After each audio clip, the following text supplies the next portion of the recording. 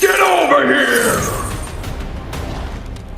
Overdue, because after the first Mortal Kombat movie, there have been few that could match up to the legacy of the video game franchise. This one is redemption, especially after the mixed reviews on the 2021 Mortal Kombat movie. Mortal Kombat 2 delivers on all the promises from the trailer. You get to witness the iconic duels, memorable catchphrases, and special moves, wacky comic relief, and most importantly, the true flavor of the video games. If you're looking for a special story, you might just be ordering risotto at a pizza place, because this is all about mindless entertainment and it delivers plentifully. In this video, I'll break down the movie in detail and elaborate on the eventful climax, so there will be major spoilers along the way. Join in if you want to find out why this is a worthy cinematic experience for the fans of the franchise and a must-watch on the big screen.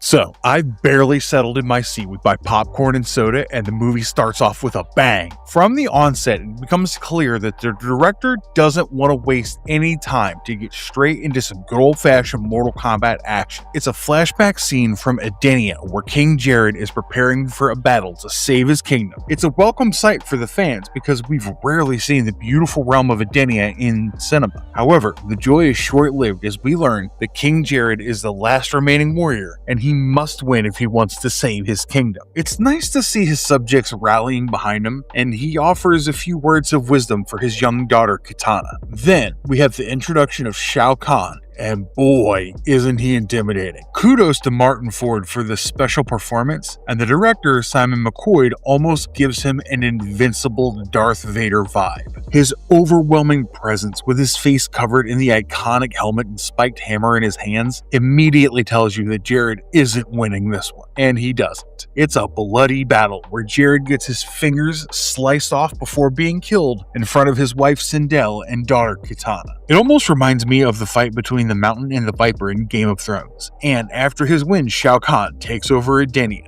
Queen Sindel submits before him as a defiant Kitana looks on. We're then back to the present, where Kitana is now a grown woman who has trained for 20 years to become an expert combatant. Jade is introduced as well, and she's Kitana's personal bodyguard, even though the two of them have now developed a close sisterly bond. Kitana has grown up as the adoptive daughter of Shao Kahn, and she even fights for him in the Mortal Kombat tournament. Meanwhile, Shao Kahn has now set his eyes on Earthrealm, and Shang Tsung is doing his bidding. Then comes the moment we've all been waiting for, and Johnny Cage is introduced. Now, let me tell you this outright. Carl Urban has owned this role. He's a washed-up Hollywood star, and I love the glimpse of the action film from the 90s that features him because it's so perfectly campy and Johnny Cage-like. Currently, he's hardly relevant and lives in the memories of his glory days.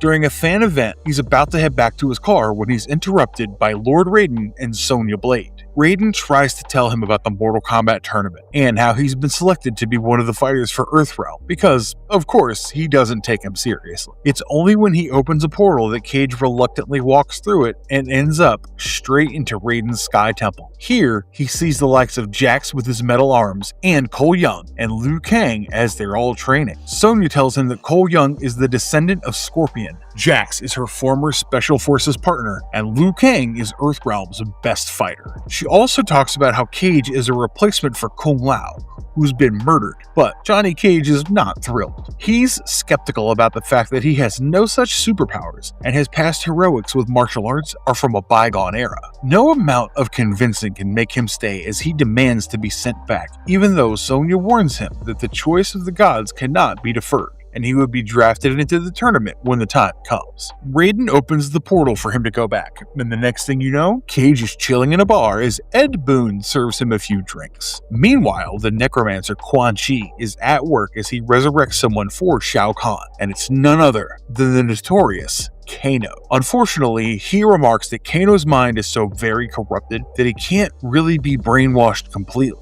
I can immediately tell that the Australian actor Josh Lawson, who plays Kano, will bring a lot of comic relief, because the first thing he says when he wakes up is, "Where's my We're barely 15 minutes into the movie and it's time for the tournament to begin. This is something that we dearly missed in the 2021 movie. And Mortal Kombat 2 sets the record straight. Raiden says that 2 warriors will be selected for this round, and one of them is Sonya Blade as she teleports from the Sky Temple. But guess who the other one is? It is the unsuspecting Johnny Cage, who's having a drink, and suddenly he finds himself in a fighting arena facing Kitana. This is the first fight of the tournament, and it's a memorable one because Kitana is a menace with her bladed steel fans and fast moves. Johnny Cage barely puts up a fight and is no match for her skills, especially when taken by surprise. Eventually, he's knocked out, and Shao Kahn lets out the iconic "Finish him."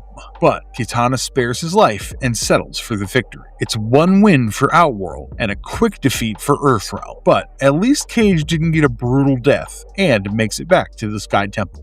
Sonya Blade, however, is a far more determined fighter. She fights Queen Sindel, and it's heartening to see Sindel execute her powerful sonic scream and almost overpower Sonya before she fights back. After pulling off some quick moves and the iconic energy projectiles from her bracelets, she's able to win this one, and it's 1-1 in the tournament so far. The fight ends in a rather graphic manner as Sindel gets impaled on spikes as Blade comes back to Raiden with a victory under her belt. One of the things I really enjoyed while watching this movie is how every serious fight sequence is followed up by some comic relief, mainly through Cage and Kano.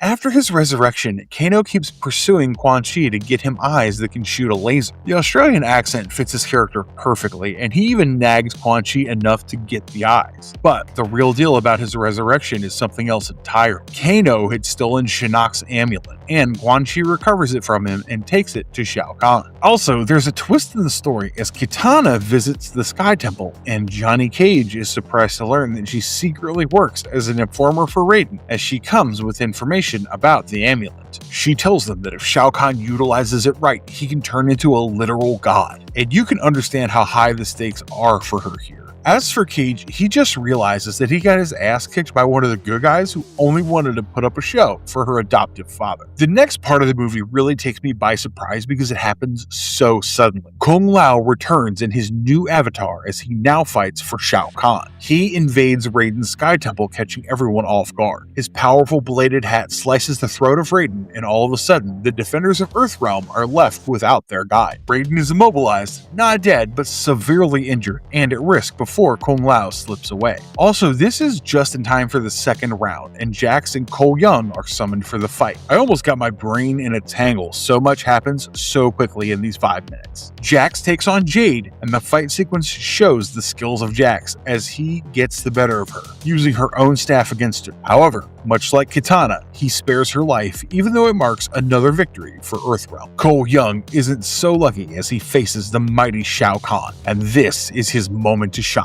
He hasn't exactly been a fan favorite since starring in the 2021 movie, but I would still